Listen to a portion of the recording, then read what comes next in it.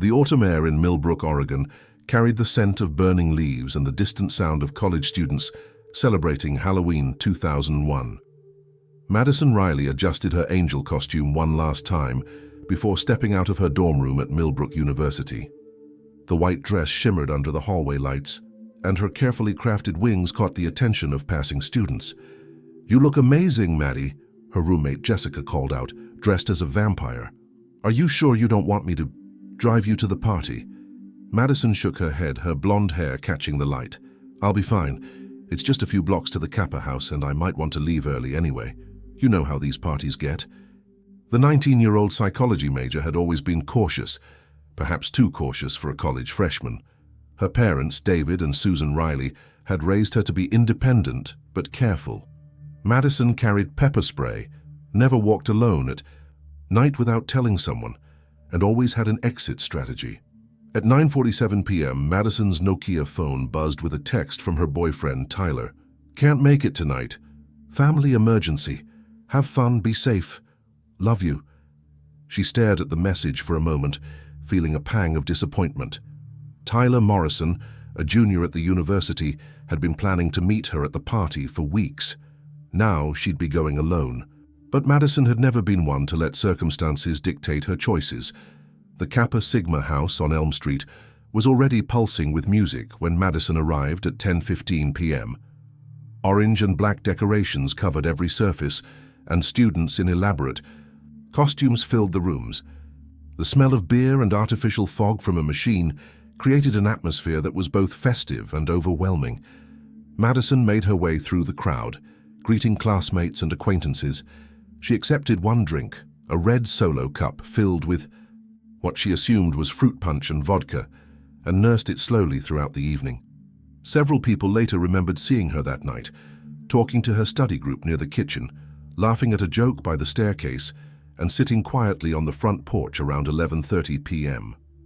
"She seemed a little off," recalled Jenny Martinez, a fellow psychology student. "Not upset, just distant, like she was thinking about something important." At 11:52 p.m., Madison approached the party's host, Brad Kellerman, a senior and president of Kappa Sigma. Security cameras from a nearby convenience store would later show this was the last recorded interaction anyone had with Madison Riley. "Thanks for the party, Brad," Madison said, handing him her barely touched drink. "I'm heading home." "Everything okay?" Brad asked, noting her serious expression. "Just tired. Long week, you know." Brad nodded. "Want someone to walk you back to the dorm?" Madison shook her head. "I'll be fine. It's not far." At exactly midnight, Madison Riley walked out of the Kappa Sigma house. The last person to see her was smoking on the front porch, a graduate student named Marcus Webb, who watched as Madison walked east on Elm Street toward downtown Millbrook, her white angel costume glowing under the streetlights. She was walking, so with purpose, Marcus would later tell investigators. Not like someone who was lost or confused. She knew exactly where she was going. But Madison Riley never made it back to her dorm room. Her keycard was never used again. Her car, a 1998 Honda Civic, remained untouched in the student parking lot. By Sunday morning, when she failed to show up for her shift at the campus bookstore, Jessica became worried enough to call Madison's parents. The temperature that Halloween night had dropped to 42 degrees Fahrenheit. A light rain began falling, around 1:30 a.m., washing away any potential evidence from the streets Madison had walked. By dawn, it was as if she had simply vanished into the Oregon mist. Detective Ray Holbrook had been with the Millbrook Police Department for 12 years when Madison Riley's case landed on his desk that gray Sunday afternoon in November 2001. At 43, he'd seen his share of missing college students. Most returned within 48 hours with hangovers and sheepish explanations. But something about Madison's disappearance felt different from the moment he met her parents. David Riley, a high school principal from Portland, and Susan Riley, a nurse at Oregon Health and Science University, drove the 2 hours to Millbrook in record time after Jessica's panicked phone call. They arrived at the police station with a manila folder containing Madison's recent photos, medical records, and a detailed list of her habits and routines. "She's never done anything like this," Susan insisted, her hands trembling as she spoke. "Madison calls us every Sunday at 6 p.m. She's called every single week since starting college. When she didn't call yesterday and we couldn't reach her." Detective Holbrook studied the photograph of Madison, a smiling young woman with shoulder-length, blonde hair and bright green eyes. No history of mental illness, no drug use, no abusive relationships. Her bank account showed no unusual activity. Her last withdrawal was $40 from an ATM on Friday afternoon. "We need to consider all possibilities," Holbrook explained gently. "Sometimes students feel overwhelmed and need space. Has Madison been stressed about anything? Grades, relationships, family issues?" David shook his head firmly. "She was excited about school. Her grades were excellent. She made Dean's List her first semester. She loved her psychology classes and was already talking about graduate school." The initial investigation moved quickly. Campus security reviewed footage from every camera on university property. Madison's car was found exactly where she'd parked it Friday evening, untouched and locked. Her dorm room revealed no signs of struggle or hasty departure. Her clothes, textbooks, and personal items were all in place. Tyler Morrison, Madison's boyfriend, became the first person of interest. The 21-year-old engineering student had claimed a family emergency kept him from the Halloween party, but investigators discovered he'd actually spent the evening at a bar downtown with friends, drowning his sorrows after a fight with Madison earlier that week. "We had an argument about her spending too much time studying," Tyler admitted during his second interview, tears streaming down his face. "I said some stupid things about her being antisocial. I was supposed to apologize at the party, but I was too proud. I thought I'd just wait until the next day," his alibi checked out. Security footage from Murphy's Tavern showed Tyler drinking with 3 friends from 9 p.m. until 2 a.m. The bartender confirmed he never left. The search expanded beyond the campus. Volunteers organized by Madison's sorority, Alpha Chi Omega, combed through Millbrook's parks, wooded areas, and abandoned buildings. They distributed flyers throughout the county, checked every hotel and motel within a 50-mile radius, and contacted hospitals as far away as Seattle. Dr. Patricia Hendricks, Madison's psychology professor, provided insight that would haunt the investigation for years. Madison had been researching a paper on missing persons cases, she told Detective Holbrook. She was particularly interested in the psychology of people who disappear voluntarily versus those who are taken against their will. She checked out several library books on the subject about 3 weeks before Halloween. This revelation led investigators to the Millbrook Public Library, where head librarian Dorothy Chang confirmed that Madison had indeed borrowed several books about unsolved disappearances and missing persons cases. The books were due back the Monday after Halloween, the day Madison failed to return them. "She seemed very focused on her research," Chang recalled. "She spent hours here taking detailed notes. She even asked me about interlibrary loans for some older cases from the 1980s. One detail particularly troubled Detective Holbrook. Madison had specifically requested files on local disappearances, including the 1987 case of Rebecca Torres, a college student from the nearby town of Riverside, who vanished after leaving a party and was never found. By the end of November, the Millbrook police had interviewed over 200 people, followed dozens of leads, and conducted extensive searches of the surrounding wilderness. They'd consulted with the FBI's Missing Persons Unit and even brought in bloodhounds to track Madison's scent from the Kappa house. The dogs followed her trail for exactly 4 blocks, from the fraternity house to the corner of Elm and Main Street, before losing it completely in front of the old Millbrook Hotel, a building that had been abandoned since 1995. "It's like she just evaporated," Holbrook confided to his partner, Detective Maria Santos. "No evidence of foul play, no signs of voluntary departure, no body, no witnesses after midnight. I've never seen anything like it." As winter settled over Oregon, the Riley family's worst nightmare became a permanent reality. Madison Riley had simply vanished, leaving behind only questions and the growing certainty that whatever happened that Halloween night was far more complex than anyone could have imagined. Spring 2002 brought renewed hope to the Riley family, but it would prove to be a season of cruel disappointments. Detective Holbrook's phone rang at 6:23 a.m. on March 15th, with what seemed like the breakthrough they'd all been waiting for. "We found a body," Officer Kevin Walsh reported from Cascade Falls, 30 miles east of Millbrook. Young woman, blonde, hair approximately the right age. Hikers discovered her about an hour ago. The drive to the remote hiking area felt eternal for David and Susan Riley, who followed the police convoy in their own car. Susan clutched Madison's dental records, praying they would provide closure, while simultaneously hoping they wouldn't match. The body belonged to 22-year-old Amanda Chen, a Portland State University student who had been missing since January. While the discovery solved one family's nightmare, it deepened the Rileys' anguish.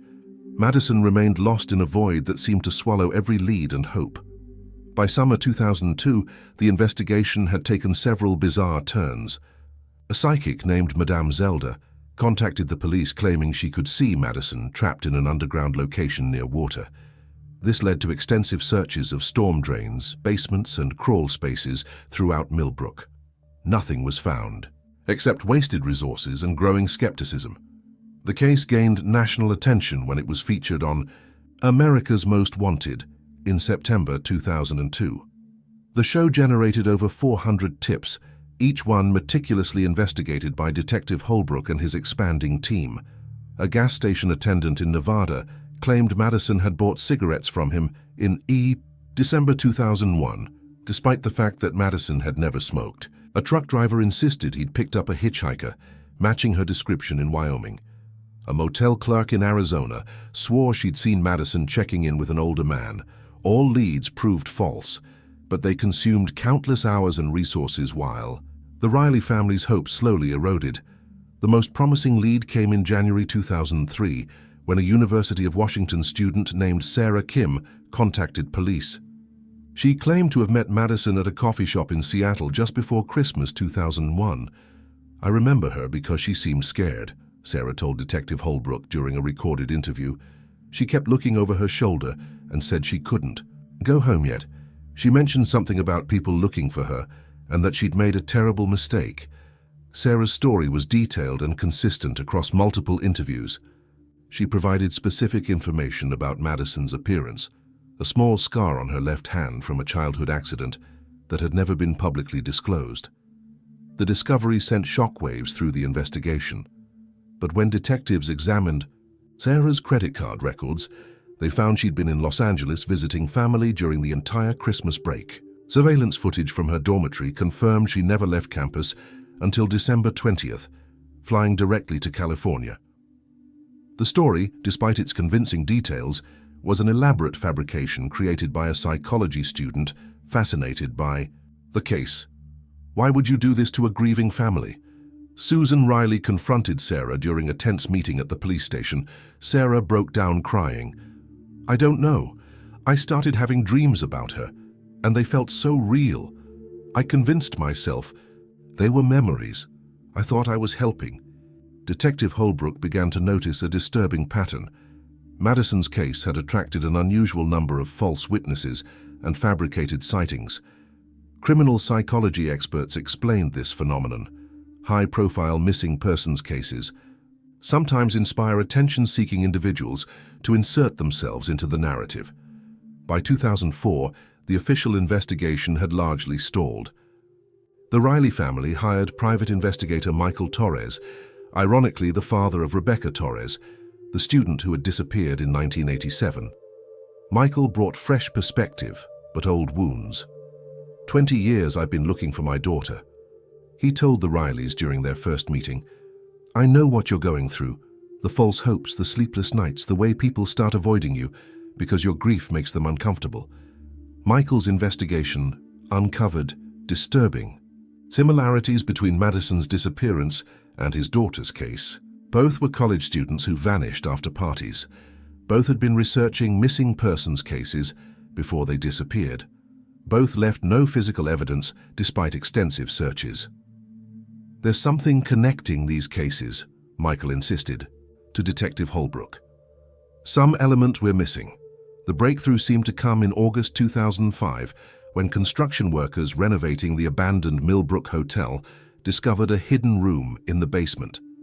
Inside, they found personal items belonging to several missing persons from the Pacific Northwest, including a bracelet that Susan Riley positively identified as belonging to Madison. The discovery led to the arrest of Harold Jennings, the hotel's former caretaker, who had maintained access to the building even after it closed. Jennings, a 67-year-old drifter with a history of mental illness, initially confessed to multiple murders, including Madison's. For 48 hours, the Riley family believed their nightmare was over. Then Jennings recanted his confession, claiming he'd never hurt anyone and had simply collected items he found around town over the years. Polygraph tests were inconclusive, and DNA evidence found in the hidden room belonged to other victims, but not to Madison. The bracelet's presence remained unexplained. Madison's fingerprints weren't found anywhere in the hotel, and no other evidence connected her to the location. Jennings was eventually convicted of 2 other murders, but maintained his innocence regarding Madison's disappearance until his death in prison 3 years later. By 2006, Detective Holbrook had officially retired, though he continued working Madison's case as a volunteer. The investigation had consumed 5 years of his life and taken a personal toll that his family struggled to understand. "Some cases get into your bones," he explained to his replacement, Detective James Murphy. "Madison Riley is one of those cases. Everything about it defies logic." The decade between 2006 and 2016 marked a period of painful acceptance for the Riley family, though they never truly gave up hope. Madison's case had officially gone cold, relegated to a thin file folder in Detective Murphy's cabinet, and an annual review that yielded no new developments. David Riley retired from his position as principal in 2008, unable to focus on the needs of hundreds of students when his own daughter remained lost. He spent his retirement years digitizing missing persons databases, creating connections between cases across state lines, and maintaining Madison's memorial website. The site received thousands of visitors annually, including other families dealing with similar tragedies. Susan Riley threw herself into volunteer work with the National Center for Missing and Exploited Children, becoming a victim advocate who helped other families navigate the crushing bureaucracy of missing persons investigations. She spoke at conferences and training seminars, sharing the hard-learned lessons of her family's experience. The first year, "You expect answers," she would tell audiences of law enforcement officers and social workers. "The second year, you demand them. By the 5th year, you're just hoping someone still cares enough to look." Tyler Morrison, Madison's former boyfriend, struggled with survivor's guilt that eventually drove him to seek therapy. He graduated from Millbrook University in 2003, but never returned to Oregon after that. He moved to Denver, became a software engineer, married, and had 2 children. Yet every October 31st, he would drive to whatever cemetery was nearest his current location and light a candle for Madison. "I never got to apologize," he confided to his therapist during a session in 2009.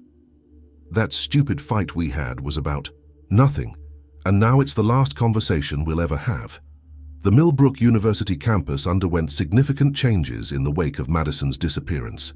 The administration implemented new safety protocols, including mandatory escort, services after dark, and GPS-enabled panic buttons for all students. The Kappa Sigma house, where Madison attended her last party, was eventually converted into an academic building, though students still whispered about the ghost who disappeared from their Halloween celebration. Private investigator Michael Torres continued working both his daughter's case and Madison's until his death from a heart attack in 2011. His files, containing 15 years of meticulous research, were donated to the Millbrook Police Department. Detective Murphy spent weeks reviewing Torres' work, impressed by the man's dedication, but finding no new leads. Eleanor Whitman began working at the Millbrook Public Library in 2003, 2 years after Madison's disappearance. A retired English teacher in her 60s, Eleanor had moved to Millbrook to be closer to her grandchildren after her husband's death. She quickly became known for her organizational skills and her encyclopedic memory of the library's collection. "Mrs. Whitman knows where every book in this building belongs," said head librarian Dorothy Chang, who had worked with Eleanor for over a decade. She can tell you the exact shelf location of a book she shelved 5 years ago. Eleanor had heard about Madison's case, of course. Living in a small college town meant that everyone knew the story of the student who vanished on Halloween night. She'd even helped several true crime writers and amateur investigators who came to the library researching the case over the years. But Eleanor's connection to Madison's story was more personal than most people knew. In 2007, she had discovered Madison's library card while reorganizing old files. The card showed that Madison had been an active borrower, checking out books weekly since her arrival at Millbrook University. Her reading interests ranged from psychology textbooks to mystery novels to, in her final weeks, several books about missing persons and unsolved disappearances. Eleanor had kept the library card in her desk drawer for 9 years, occasionally taking it out and studying Madison's signature, neat, precise handwriting that belonged to a young woman who would never return her books. The case occasionally resurged in local media, usually around Halloween anniversaries. In 2011, the 10th anniversary prompted a week-long series in the Millbrook Herald, examining the investigation's failures and exploring new theories. The articles generated fresh tips, but nothing substantial. Social media brought new attention to Madison's case around 2013, when a Facebook page dedicated to finding her attracted thousands of followers. Amateur detectives shared theories, analyzed evidence photos, and even organized their own search parties. While well-intentioned, these efforts sometimes interfered with official investigations and spread misinformation. Detective Murphy, who had inherited the case from Holbrook, found himself fielding calls from bloggers and podcasters who wanted to feature Madison's story. He was selective about which media requests he honored, having learned that publicity could generate false leads as easily as genuine ones. The problem with cold cases, Murphy explained to a journalism student writing about the investigation in 2014, is that people want neat solutions. They can't accept that sometimes people just vanish without explanation. They create elaborate theories because the simple truth that we don't know what happened is too unsatisfying. By 2015, even the Riley family had begun to find a semblance of peace. They'd established the Madison Riley Memorial Scholarship at Millbrook University, providing financial assistance to psychology students. They'd accepted that they might never know what happened to their daughter, though they never stopped hoping for answers. The 15th anniversary of Madison's disappearance in October 2016 passed quietly. A few newspaper articles, some social media posts, and the usual handful of tips that led nowhere. Detective Murphy had recently been promoted to lieutenant and was considering officially closing the case when Eleanor Whitman made a discovery that would change everything. It was a rainy Tuesday morning in November 2016 when Eleanor arrived early at the library to sort through a donation of books from a recently deceased patron's estate. She worked methodically, checking each book for damage and determining which volumes would be added to the collection versus those destined for the annual book sale. One book caught her attention immediately: Vanished: America's Unsolved Disappearances by investigative journalist Patricia Manning. Eleanor remembered this exact copy because it had been one of the books Madison Riley had checked out in the weeks before her disappearance. The book should have been returned 15 years ago, yet here it was, somehow finding its way back to the library through an estate donation. Eleanor opened the book to check for any library markings or damage. That's when she found it. Wedged between pages 247 and 248, a small piece of paper that would shatter 15 years of assumptions and reopen one of Oregon's most puzzling missing persons cases. Eleanor Whitman's hands trembled as she held the small piece of paper she'd discovered in the donated book. It was a receipt from Morrison's bookstore, a small independent shop that had operated in downtown Millbrook until 2008. The receipt was dated November 3, 2001, 3 days after Madison Riley's disappearance. The purchase was simple: one paperback copy of The Art of Disappearing by John Smith, priced at $12.95, but it was the signature at the bottom that made Eleanor's breath catch in her throat. In the same neat, precise handwriting she'd memorized from Madison's library card, the receipt was signed Madison E. Riley. Eleanor sat in the empty library for 20 minutes, staring at the receipt and questioning her own sanity. She'd been working with Madison's library records for years. She knew that handwriting. But the date made no sense. Madison had vanished on Halloween night, October 31st, 2001. How could she have purchased a book 3 days later? The logical explanation was forgery, but Eleanor's decades of experience as an English teacher had taught her to recognize authentic handwriting versus imitation. The natural flow of the letters, the consistent pressure, the way Madison formed her ease. These weren't characteristics easily replicated. At 10:47 a.m., Eleanor called the Millbrook Police Department. Detective Lieutenant James Murphy initially treated the call as another well-meaning but misguided tip from a concerned citizen.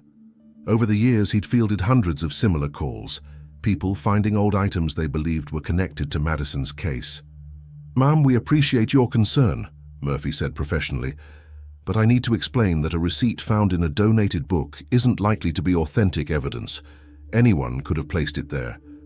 "Lieutenant Murphy," Eleanor said firmly, "I've been working with Madison Riley's library records for 13 years. I know her handwriting better than I know my own granddaughter's. This signature is genuine." Something in Eleanor's voice convinced Murphy to drive to the library personally. When he examined the receipt under proper lighting, his skepticism began to waver.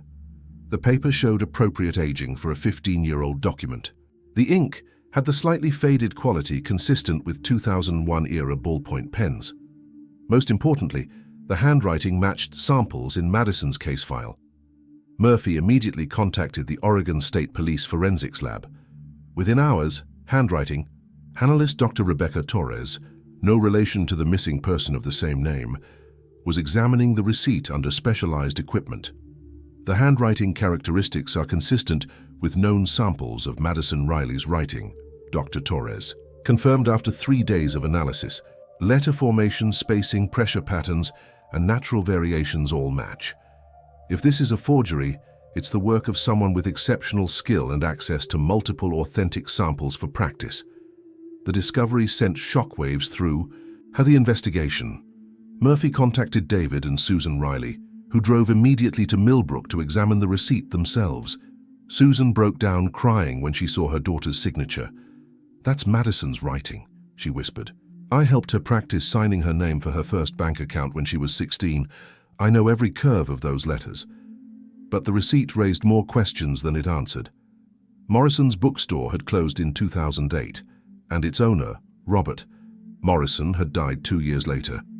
However, Morrison's widow, Helen, still lived in Millbrook and maintained detailed business records in her basement. Helen Morrison, now 78 years old, met with Detective Murphy at her home on Maple Street. She led him to a basement storage room filled with boxes of old receipts, invoices, and business documents. "Robert saved everything," Helen explained, pulling out a box labeled November 2001.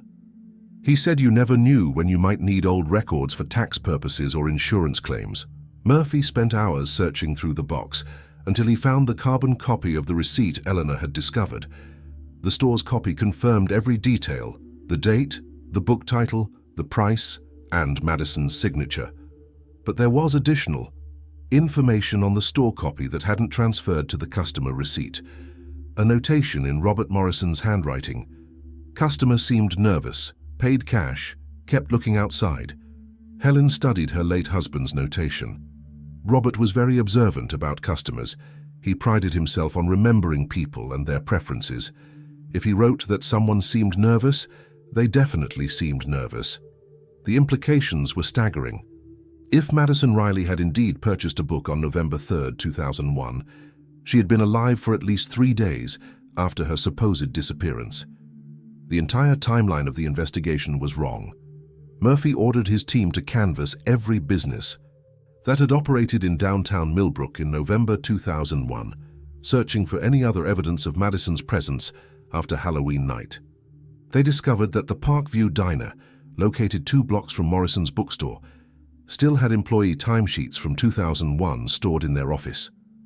Waitress Margaret Chen, who had worked at the diner for 35 years, reviewed the timesheets from early November 2001. On November 3rd, She'd worked the morning shift from 6 a.m. to 2 p.m. "I remember that weekend clearly," Margaret told Murphy during an interview. "It was the weekend after Halloween, and everyone was still talking about that missing college girl. That's probably why I noticed when a young woman matching her description came in for breakfast that Saturday morning." Margaret's memory was remarkably detailed. The woman had ordered coffee and wheat toast, paid in cash, and sat at the corner booth reading a paperback book. She'd worn jeans and a dark hoodie, very different from the angel costume Madison had worn to the party. She kept her hood up the whole time, Margaret recalled. "I thought it was odd because it wasn't that cold, and we were indoors. She seemed to be hiding her face." The diner's cash register from 2001 had been replaced years ago, but Margaret's testimony provided independent corroboration that someone matching Madison's description had been in downtown Millbrook on November 3rd, the same day and general area where she'd apparently purchased the book. Dr. Patricia Manning, the investigative journalist who had written Vanished: America's Unsolved Disappearances, the book in which Eleanor found the receipt, agreed to be interviewed about the discovery. Manning had researched Madison's case extensively for her book and was stunned by the new evidence. "If Madison Riley was alive 3 days after her disappearance," Manning said during a phone interview, "then everything we thought we knew about this case is wrong. The question becomes, why didn't she contact her family? What happened during those 3 days? And what ultimately happened to her?" The receipt also raised disturbing questions about the initial investigation. Had police missed crucial evidence? Were there other sightings that had been dismissed too quickly? Murphy ordered a complete review of all tips and witness statements from the first week after Madison's disappearance. As news of the receipt discovery spread through Millbrook, it rekindled public interest in the case. The local newspaper ran daily updates, and the story was picked up by national media outlets. The Madison Riley case, dormant for years, was suddenly front-page news again. But for Eleanor Whitman, who had made the discovery that changed everything, the attention was overwhelming. She found herself at the center of a media storm she never wanted, fielding calls from reporters and amateur investigators who wanted to know every detail about finding the receipt. "I just wanted to help," Eleanor told her supervisor, Dorothy Chang. "I never imagined this would become so complicated." The receipt had opened a door to possibilities that both horrified and fascinated investigators. If Madison had survived for at least 3 days after Halloween night, what had she been doing? Where had she been staying? And most crucially, what had ultimately happened to her? The revelation about Madison's survival beyond Halloween night prompted Detective Murphy to reopen every aspect of the original investigation. Working with a team of fresh investigators, he began methodically reviewing 15 years of evidence with new eyes. What they discovered would prove even more shocking than the receipt itself. Dr. Sarah Chen, a digital forensics specialist brought in from Portland, began analyzing security footage that had been archived from businesses around Millbrook in November 2001. Most establishments had recorded over their tapes years ago, but the First National Bank of Millbrook had maintained digital backups as part of their security protocol. On November 4, 2001, 4 days after Madison's disappearance, the bank's exterior camera had captured footage of a young woman using the ATM at 2:14 a.m. The figure wore dark clothing and kept her face turned away from the camera, but her height, build, and movement patterns were consistent with Madison Riley. "Look at the way she walks," Dr. Chen pointed out to Murphy as they reviewed the footage frame by frame. "The slight favor to her left leg from an old volleyball injury. Madison's medical records document that exact gait pattern. The ATM transaction. Records from that night showed a $200 cash withdrawal from an account belonging to Jennifer Walsh, a Millbrook University senior who had reported her debit card stolen on November 2nd. Jennifer had assumed she'd lost the card at a downtown bar, but the timing now seemed suspicious. When interviewed, Jennifer provided a detail that stunned investigators. "I remember now. I was at Morrison's bookstore on November 1st, the day after Halloween. I bought a study guide for my economics class. That's probably where I lost my card, though I didn't realize it until the next day." The implication was clear. Madison had likely been inside Morrison's bookstore on November 1st, found Jennifer's dropped debit card, and used it to withdraw money 3 days later. But this revelation raised new questions about Madison's mental state and intentions during those missing days. Private investigator Michael Torres's old files, inherited by the police department after his death, contained an overlooked detail that suddenly became crucial. In November 2001, Torres had interviewed Edgar Hoffman, an elderly man who owned a small cabin rental business in the mountains outside Millbrook. He mentioned a young woman who rented Cabin 7 from November 2nd through November 5th, Murphy discovered in Torres's notes. She paid cash in advance and gave the name Sarah Miller. Hoffman said she seemed upset about something, but minded her own business. Hoffman had died in 2013, but his daughter Patricia still managed the family property.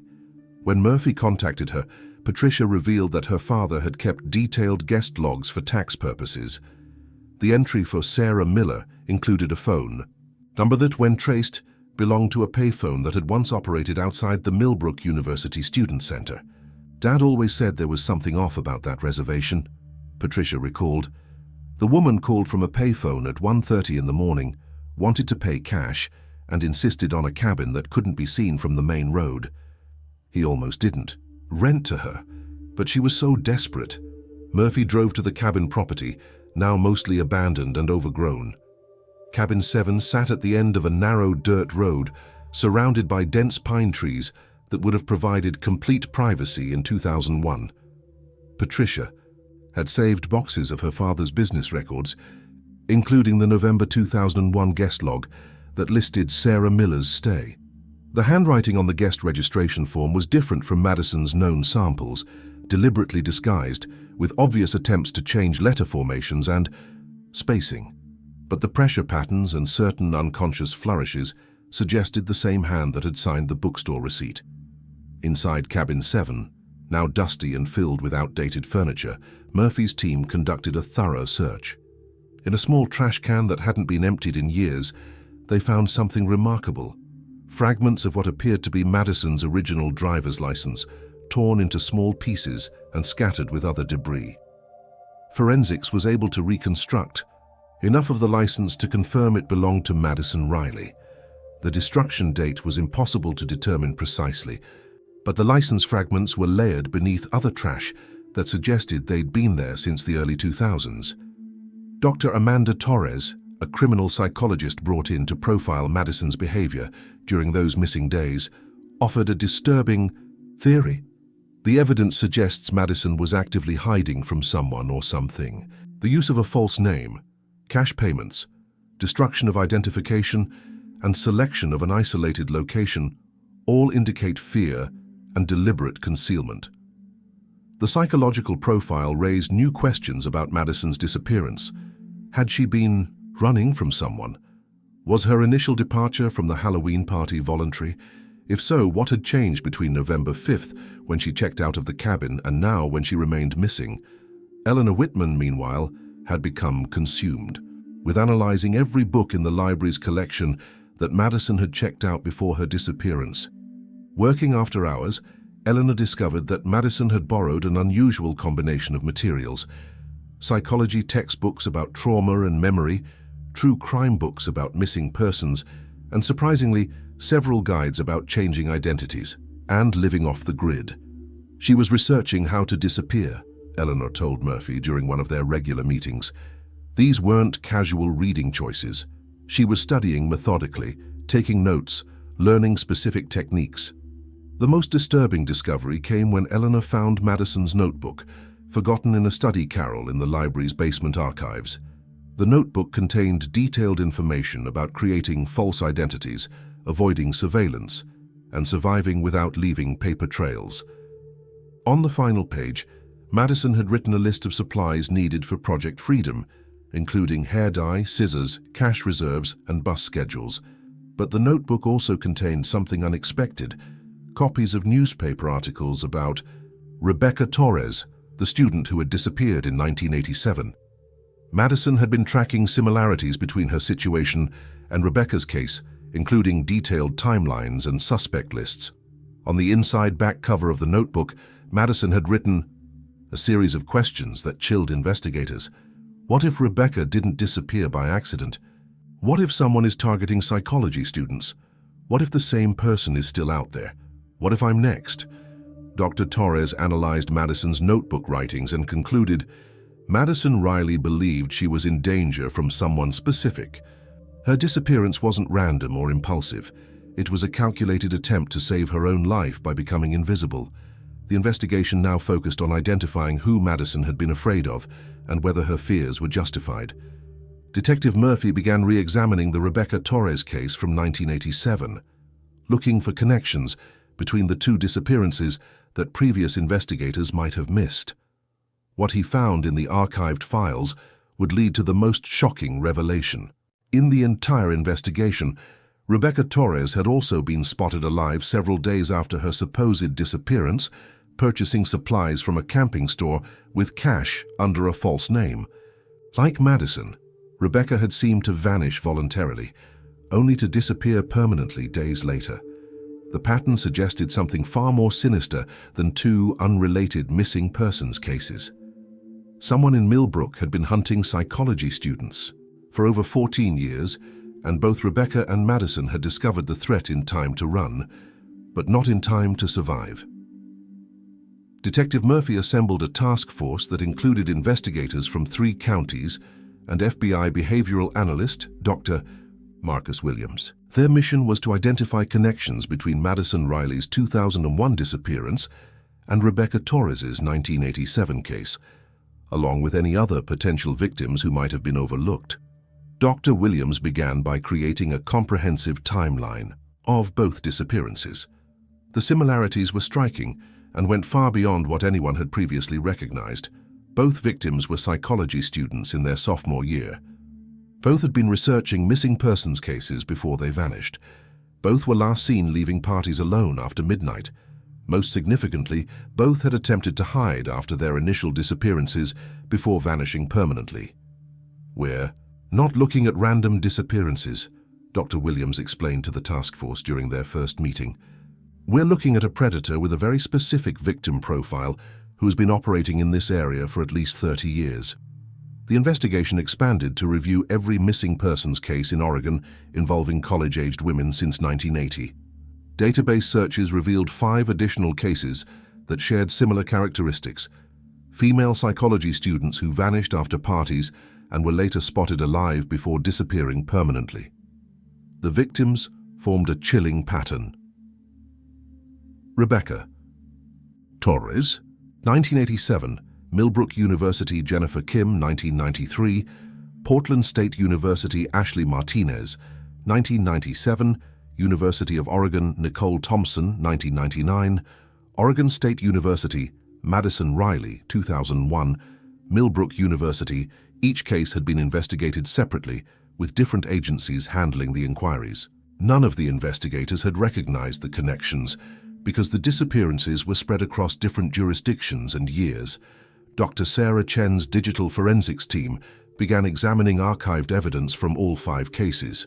In Jennifer Kim's case from 1993, they discovered that she had purchased camping supplies with cash 3 days after her disappearance, using the name Lisa Johnson. Ashley Martinez had been seen at a bus station in Eugene 5 days after vanishing from a fraternity party, buying a ticket to Seattle under an assumed name. Every victim attempted to go into hiding, Dr. Williams observed. They all recognized a threat and tried to escape it, but something or someone found them anyway. The breakthrough came when Eleanor Whitman made another discovery while reviewing library records. She found that Rebecca Torres had also checked out books about missing persons and identity changes in the weeks before her disappearance from the same Millbrook Public Library that Madison had used 14 years later. More disturbingly, Eleanor discovered that someone else had been checking out the same types of books between each disappearance. Library records showed that an individual using different names had borrowed books about hunting, tracking, surveillance techniques, and criminal psychology in the months preceding each victim's disappearance. The borrower used various identities, Eleanor explained to Murphy. John Peterson in 1987, Michael Chen in 1993, David Williams in 1997, Robert Johnson in 1999, and Thomas Anderson in 2001. All the library cards were obtained with false identification. The fake names shared a common characteristic. They were all common surnames paired with generic first names that would be easily forgotten. More importantly, the handwriting on all the library applications appeared to be from the same person, despite the 15-year span. Dr. Williams analyzed the borrowing patterns and identified the predator's methodology. He researches his hunting techniques, then selects and studies potential victims.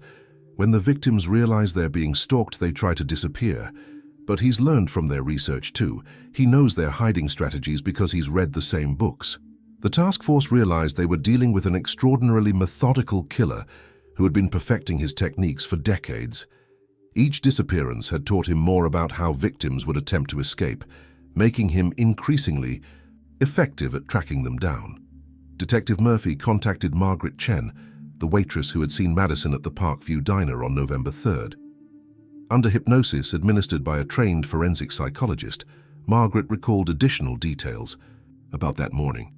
There was another customer, Margaret remembered during the session, an older man, maybe in his 50s, sitting 3 tables away. He was reading a newspaper, but I noticed he kept glancing at the girl in the corner booth. When she left, he followed her out about 2 minutes later. Margaret's enhanced memory provided the first potential physical description of the suspect. Approximately 5'10", graying brown hair, wearing a dark jacket and jeans. He had ordered only coffee and left exact change on the table. Behavior consistent with someone who wanted to avoid interaction and leave no memorable impression. The task force obtained surveillance footage from businesses along the route between the diner and Morrison's bookstore. Although most of the original footage had been destroyed, the Millbrook hardware store had transferred their 2001 security tapes to digital format for insurance purposes. The footage from November 3, 2001 showed a man matching Margaret's description, walking approximately 50 yards behind a hooded figure believed to be Madison. The man's face was never clearly visible, but his gait and body language suggested someone following rather than walking casually. FBI behavioral analysts created a detailed profile of the suspect. Male, aged 45-65 in 2001, now 60-80 if still alive, highly intelligent and methodical, likely employed in a profession requiring research skills, familiar with law enforcement techniques. Patient, stalker who studies victims extensively before acting lives, or works in the Millbrook area, with access to multiple jurisdictions. The profile led investigators to examine employment records for the Millbrook area, focusing on professions that would provide research skills and knowledge of police procedures. They cross-referenced these records with individuals who had lived in the area during all 5 disappearances. The search identified 17 potential suspects, but one name stood out immediately: Dr. William Hartley, a criminal psychology professor who had taught at Millbrook University from 1982 to 2002. Hartley had been on faculty during both Rebecca Torres's and Madison Riley's disappearances. More significantly, he had served as a consultant to local police departments on missing persons cases throughout the 1990s. Dr. Hartley's employment history showed that he had also worked as a visiting professor at Portland State University in 1993, the University of Oregon in 1997, and Oregon State University in 1999, coinciding exactly with the other 3 disappearances. When investigators examined Hartley's personnel file at Millbrook University, they discovered that he had abruptly resigned in December 2001, citing personal reasons. He had moved to Arizona immediately after his resignation and died of a heart attack in 2012. Dr. Hartley's former office had been reassigned multiple times over the years, but the university's physical plant department still had architectural drawings showing that his office had been located in Morrison Hall, with a direct view of the Kappa Sigma house, where Madison had attended her final party. The investigation into Dr. William Hartley would reveal the most disturbing truth of all Madison Riley and the other victims hadn't just been random targets of a serial killer. They had been specifically selected and stalked by someone who was supposed to protect and educate them, a trusted professor who had used his position and expertise to become their worst nightmare. The investigation into Dr. William Hartley's background revealed a man who had carefully constructed a double life. On the surface, he was a respected academic with a PhD in criminal psychology from Stanford University, published research on predatory behavior, and commendations from law enforcement agencies across the Pacific Northwest. Beneath that facade lay something far more sinister. Detective Murphy and FBI agent Lisa Rodriguez flew to Phoenix, Arizona to examine Hartley's personal effects, which had been stored by his sister after his death in 2012. Martha Hartley, a Matupsi, retired nurse in her 70s, had always found her brother strange but never suspected the depths of his depravity. William was brilliant, but he was cold, Martha told the investigators as she led them to a storage unit filled with her brother's belongings. Even as children, he was fascinated by death and violence. Our parents sent him to therapy, but he learned to hide his interests better. The storage unit contained 23 boxes of William Hartley's possessions. Among his academic papers, personal correspondence, and household items, investigators found a collection that would prove his guilt beyond any doubt. Hidden in a false bottom of an old desk were detailed files on each of the 5 victims.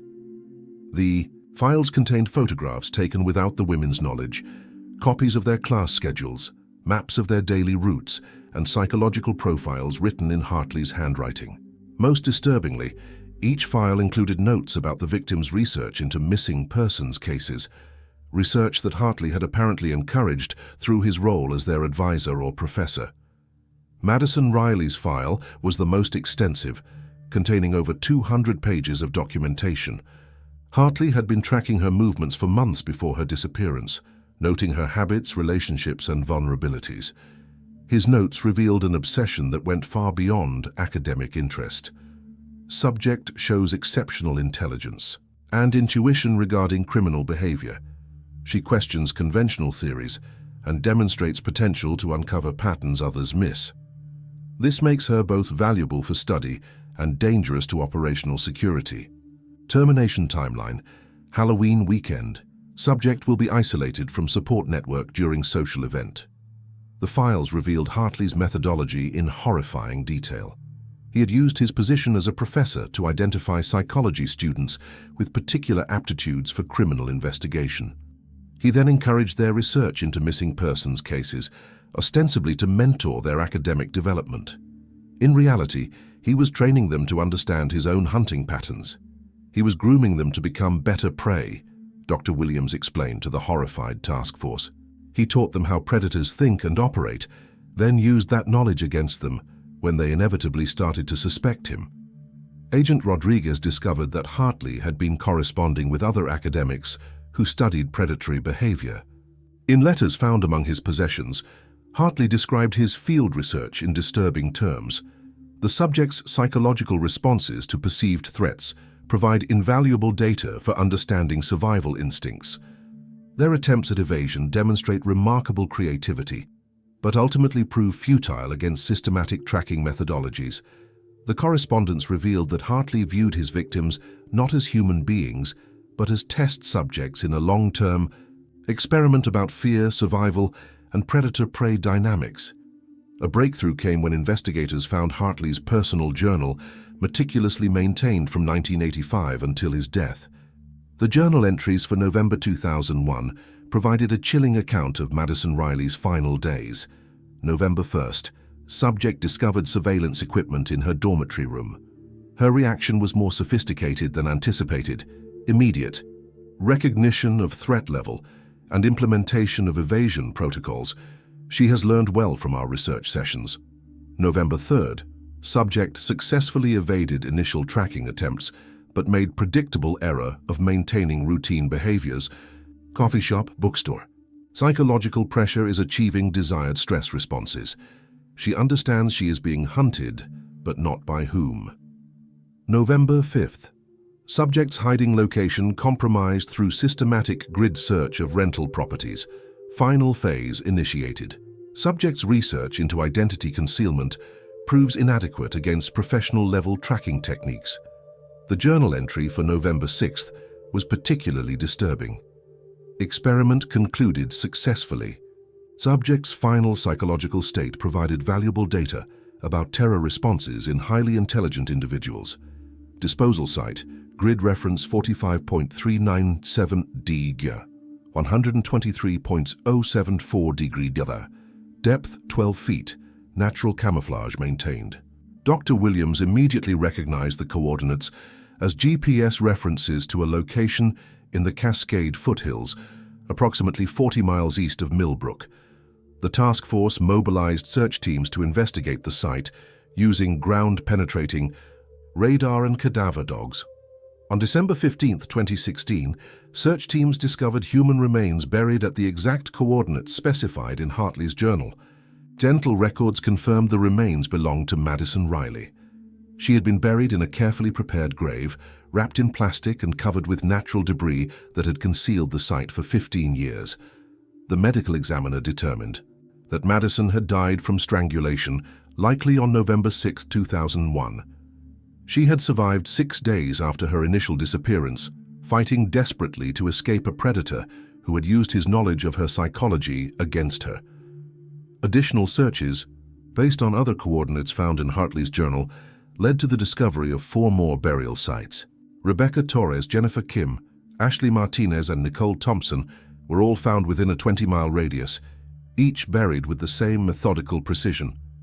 The revelation that a trusted professor had been murdering his own students sent shockwaves through the academic community.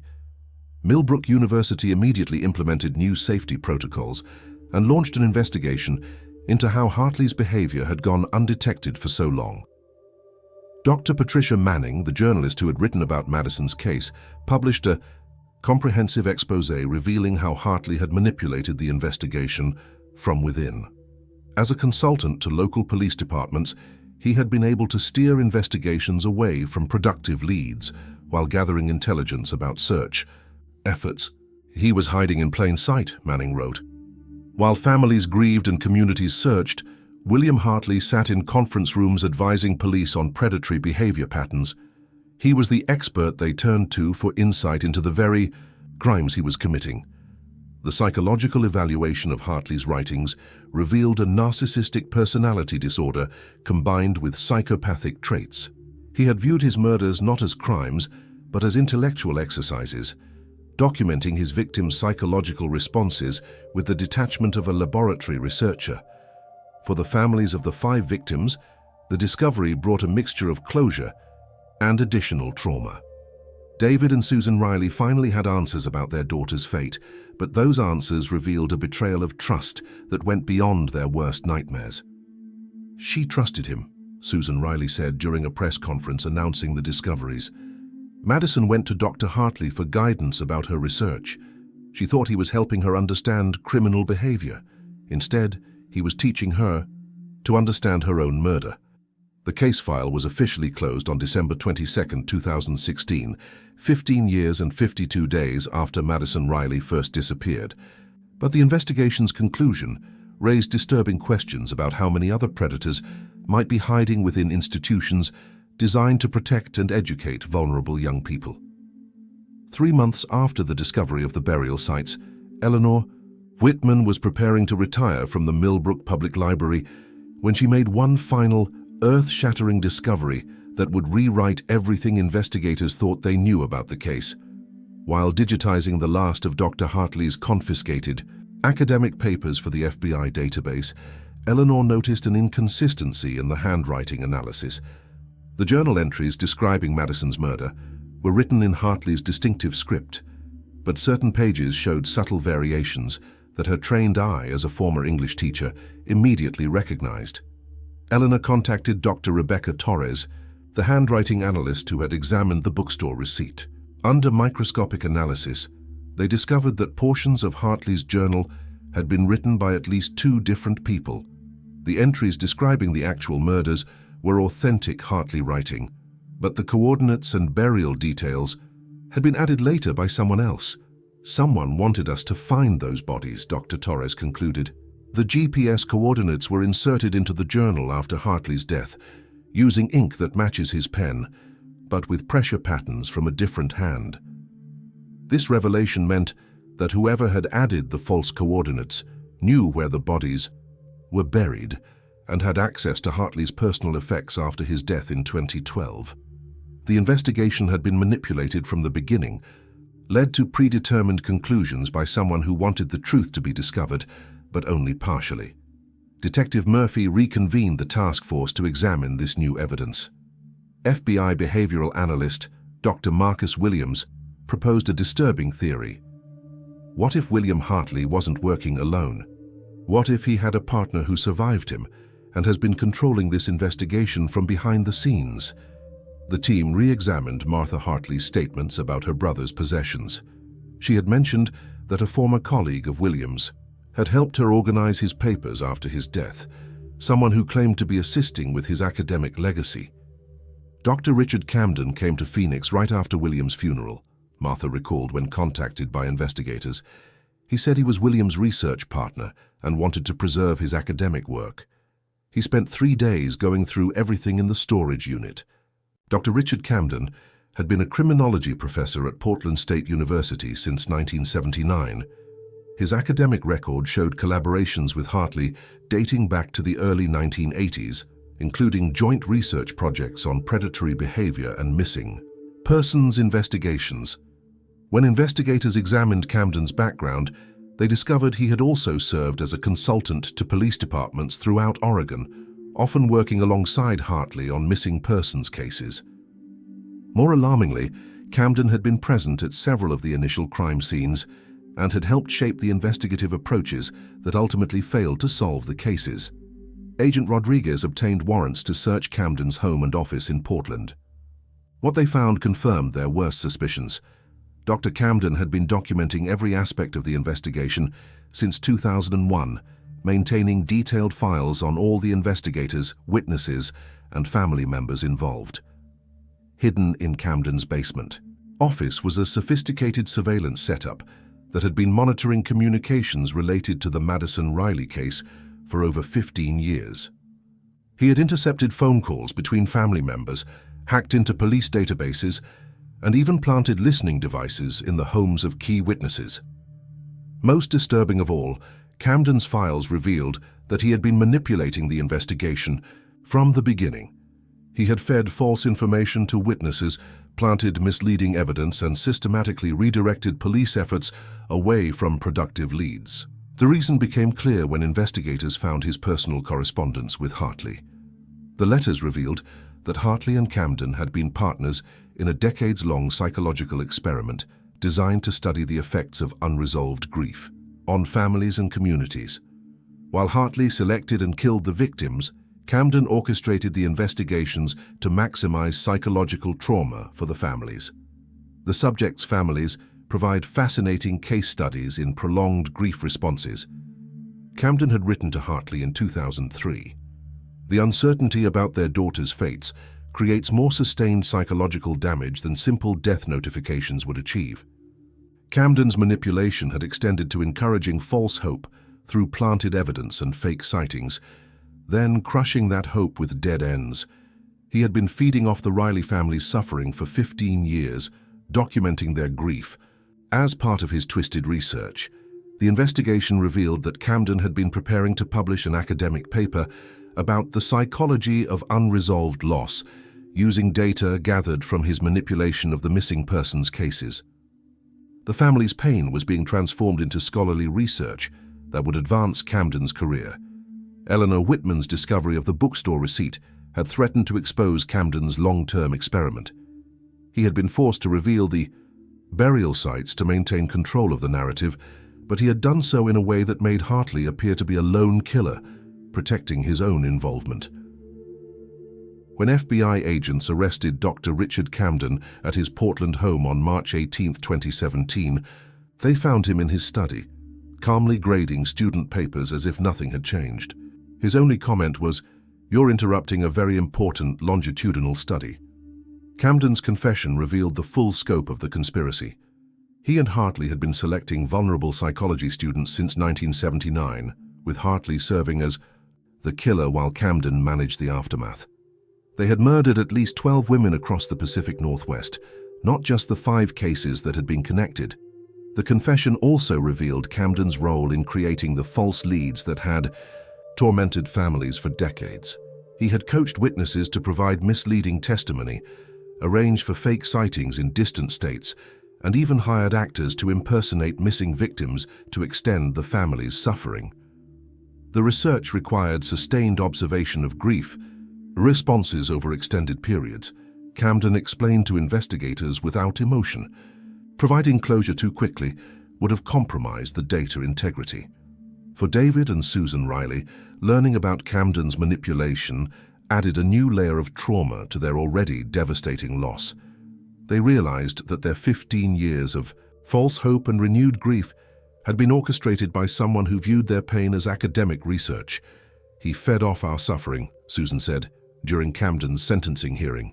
"Every time we thought we might find Madison, every false lead we followed, every sleepless night we endured, he was watching us, studying us, documenting our pain for his research."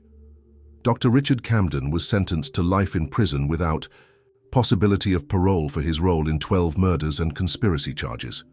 Additional charges related to witness tampering, evidence manipulation, and psychological torture were also filed. The case exposed systemic failures in academic oversight and law enforcement consulting practices. Universities across the country implemented new background check procedures for faculty, while police departments established protocols for verifying the credentials and motivations of outside consultants. Eleanor Whitman, whose discovery had ultimately exposed the entire conspiracy, was honored by the FBI for her investigative work. She donated her reward money to establish a scholarship fund for students studying forensic sciences, hoping to train investigators who would be better equipped to recognize and prevent such manipulations in the future. The Millbrook Public Library established the Madison Riley Memorial Research Center, dedicated to maintaining accurate records and supporting legitimate missing persons investigations. Eleanor agreed to serve as its first director, ensuring that her experience would help other families find truth rather than prolonged torment. 2 years after Dr. Richard Camden's conviction, the small town of Millbrook, Oregon, had begun the long process of healing from the revelation that 2 of its trusted academics had been orchestrating a decades-long campaign of murder and psychological torture. The Madison Riley Memorial Research Center, housed in the renovated East Wing of the Millbrook Public Library, had become a beacon of hope for families dealing with missing persons cases across the country. Eleanor Whitman, now 72, arrived each morning at 8 a.m. to continue the work that had consumed the final chapter of her career. "Every case deserves the truth," Eleanor would tell the volunteers who helped digitize cold case files and maintain the center's database. No family should endure what the Rileys went through, not knowing that their pain was being deliberately prolonged by someone they trusted. The center had already assisted in solving 14 missing persons cases, using the lessons learned from Camden and Hartley's manipulation to identify other investigations that might have been compromised by false evidence or misleading consultants. David and Susan Riley visited the Memorial Center regularly, finding purpose in helping other families navigate the complex emotions and bureaucratic challenges of missing persons investigations. Their marriage had survived the ordeal, strengthened by their shared commitment to honoring Madison's memory through advocacy work. Madison wanted to understand criminal psychology to help people, Susan explained to a group of criminology students visiting the center. In a way, her death has accomplished that goal. The changes in how missing persons cases are investigated, the new oversight protocols for academic consultants. Madison's story is still helping people, even though she's not here to see it. Tyler Morrison, Madison's former boyfriend, had returned to Oregon for the first time since graduating in 2003. Now a successful software engineer with a family of his own, he stood quietly before Madison's memorial plaque in the university's psychology building. The plaque read, "Madison Elizabeth Riley, 1982-2001, psychology student, researcher, truth seeker." Her curiosity about human nature led to discoveries that continue to protect others. Detective James Murphy, promoted to chief of police after successfully leading the task force, had implemented new training protocols for missing persons investigations throughout Oregon. Police academies now taught courses on identifying and preventing consultant manipulation, using the Camden-Hartley case as a primary example. The most dangerous criminals are often those who appear to be helping, Murphy would tell new recruits. Dr. Camden sat in our conference rooms for 15 years, advising us on investigations while secretly sabotaging them. We have to remain vigilant about who we trust with sensitive information. Dr. Marcus Williams, the FBI behavioral analyst, had published a comprehensive study of the case titled "The Academic Predator: When Researchers Become Subjects." The book had become required reading in criminology programs, helping train a new generation of investigators to recognize the signs of academic manipulation. The study revealed that Camden and Hartley's methodology had been more sophisticated than anyone initially realized. They had been corresponding with other academics across the country, sharing techniques for manipulating investigations and studying prolonged grief responses. The FBI was still investigating potential connections to unsolved cases in at least 12 other states.